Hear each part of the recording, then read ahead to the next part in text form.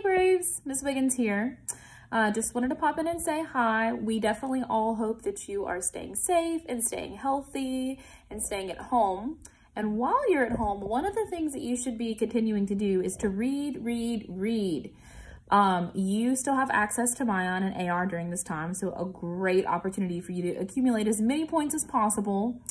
Also, the Rapides Parish Public Library actually has a virtual library going on. I use it all the time. It has some super amazing books on there. So the information for that is on this video. So you can create a virtual library card and download books to any device that you have, which I think is awesome during this time. I've definitely been reading a lot, and I hope that you're seizing this opportunity to do so as well. Today, we're actually going to read a book together. I chose a book that some of my students suggested just because it seems to be like an all-time favorite no matter what your grade level is or how old you are. So today, we are going to be reading Diary of a Wimpy Kid, The Last Straw. All right, guys, let's dig in. This book has been definitely used a good bit. All right, here we go. January, New Year's Day. You know how you're supposed to come up with a list of resolutions at the beginning of the year and try to make yourself a better person? Well, the problem is it's not easy for me to think of ways to improve myself because I'm already pretty much one of the best people that I know. So this year, my resolution is to try and help other people improve. But the thing I'm finding out is that some people don't really appreciate it when you're trying to be helpful. One thing I noticed right off the bat is that the people in my family are doing a lousy job sticking to their New Year's resolutions. Mom said she was going to start going to the gym today, but she spent the whole afternoon watching TV.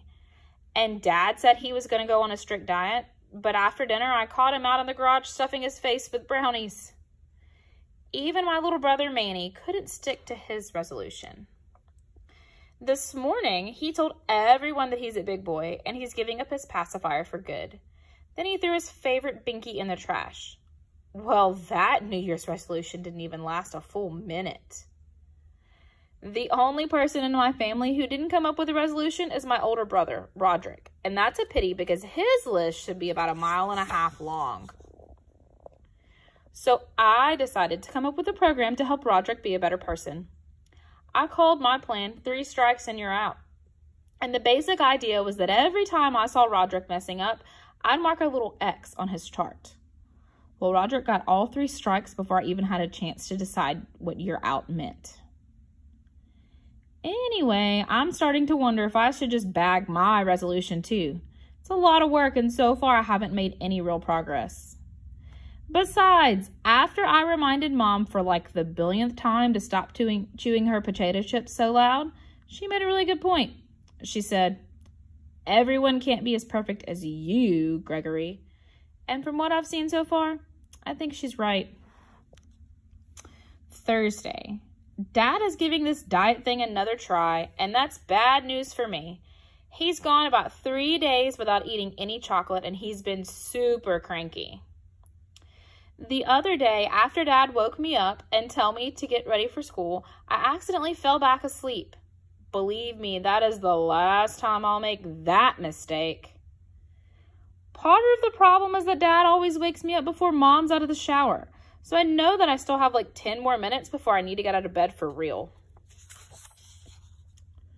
Yesterday, I came up with a pretty good way to get some extra sleep time without making Dad mad. After he woke me up, I took all of my blankets down the hall with me and waited outside the bathroom for my turn in the shower. Then I lay down right on top of the heater vent. And when the furnace was blowing, the experience was even better than being in bed. The problem was the heat only stayed on for about 5 minutes at a time. So when the furnace wasn't running, I was just lying there on this cold piece of metal. This morning, while I was waiting for Mom to be done with her shower, I remembered someone gave her a bathrobe for Christmas. So I went into her closet and got it. And let me just say, that was one of the smartest moves I've ever made. Wearing that big thing was like being wrapped in a big fluffy towel that just came out of the dryer. In fact, I liked it so much, I even wore it after my shower. I think Dad might have been jealous he didn't come up with the robe idea first, because when I came to the kitchen table, he seemed extra grumpy. I tell you, women have the right idea with this bathrobe thing. Now I'm wondering what else I'm missing out on. I just wish I had asked for my own bathrobe for Christmas, because I'm sure Mom is going to make me give hers back. I struck out on gifts again this year. I knew I was in for a rough day when I came downstairs on Christmas morning and the only presents in my stocking were a stick of deodorant and a travel dictionary. I guess once you're in middle school, grown-ups decide that you're too old for toys or anything that's actually fun.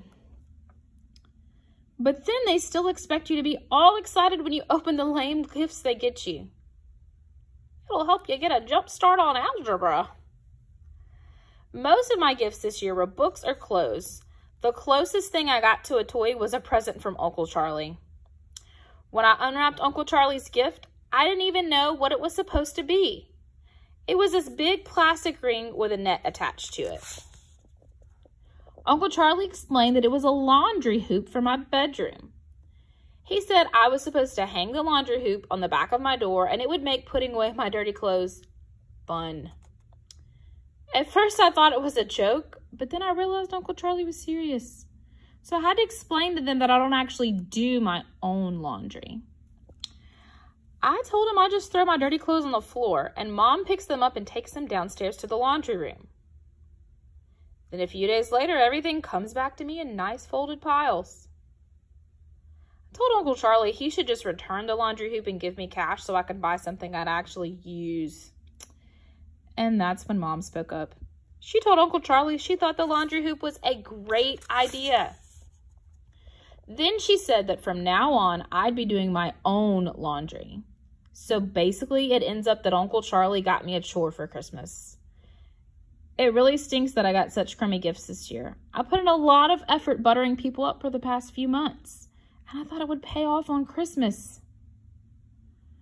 And now that I'm responsible for my own laundry, I guess I'm kind of glad that I got a bunch of clothes. Might actually make it through the whole school year before I run out of clean stuff to wear. Monday. When me and Rowley got to our bus stop today, we found a nasty surprise. There was a piece of paper taped to our street sign, and it said that, effective today, our bus route was rezoned. And what that means is now we have to walk to school. Well, I'd like to talk to the genius that came up with that idea because our street is almost a quarter of a mile from the school. Me and Riley had to run to make it to school on time today. And what really stunk was when our regular bus passed by and it was full of kids from Worley Street, the neighborhood right next to ours. The Worley Street kids made monkey noises when they passed us, which was really annoying because that's exactly what we used to do when we passed them. And I'll tell you one reason it's a bad idea to make kids walk to school. These days, teachers give you so much homework that with all the books and papers you have to carry home, your backpack ends up weighing like 100 pounds. And if you want to see what kind of an effect this has on kids over time, all you have to do is look at Roderick and some of his friends. Speaking of teenagers, Dad scored a pretty big victory today. The baddest teenager in our neighborhood is this kid named Linwood Heath. He's kind of like Dad's arch enemy. Dad has probably called the cops on Linwood Heath about 50 times. I guess Linwood's parents got sick of his act because they sent him off to the military academy. You'd think that would have made Dad pretty happy, but I don't think he'll be satisfied until every teenager on the planet is sent off to juvenile hall or Alcatraz or something.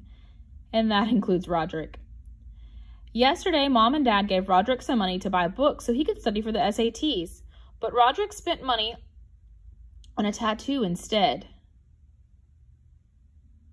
I've still got a little time before I turn into a teenager, but the minute I do, I guarantee you Dad will be looking for the first chance to ship me out. Monday. For the past week or so, Manny has been getting out of bed every night and coming downstairs. And instead of putting him right back to bed, Mom lets him sit with us and watch TV. It's really not fair because when Manny is with us, I'm not allowed to watch any of the shows I like. And all I can say is, when I was a kid, there wasn't any of this getting out of bed stuff. I did it once or twice, but Dad put a stop to it real quick. There was this book Dad used to read to me every night called The Giving Tree, and it was a really good book. But the back of it had a picture of the author, this guy named Shel Silverstein.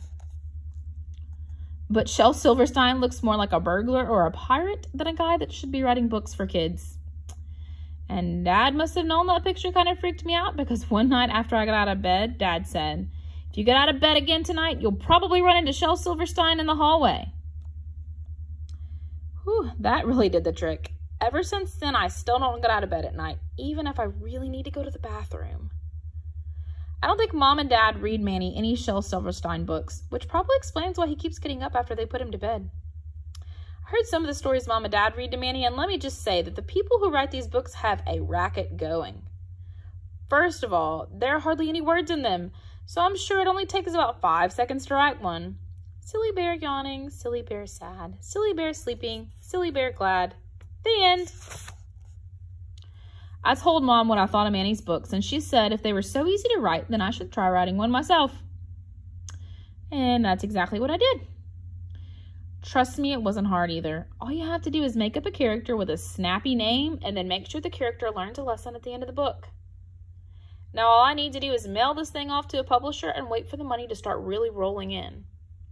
Why is that, Mr. Sharp? Once upon a time, there was this man named Mr. Sharp, I can never say that, who thought all these crazy thoughts. And one day, Mr. Sharp, there we go, took a ride in his car. Here I go. But then, Mr. Sharp, you would have drowned, but luckily, Tubbock here was sitting on an iceberg and he saved your life. Before, I said that polar bears are some useless animals, but now I can see that not every polar bear is so useless after all. You see what I mean? The only thing I noticed after I finished my book was that I forgot to make it rhyme. The publisher's going to have to pay me extra if they want that. All right, guys, I hope that you enjoyed our book. Miss Burlew will be picking up with the next little chunk of this book. Again, one of my favorites and my students' favorites. We hope that you're reading. Be sure to let us know in the comments what you're reading. Bye.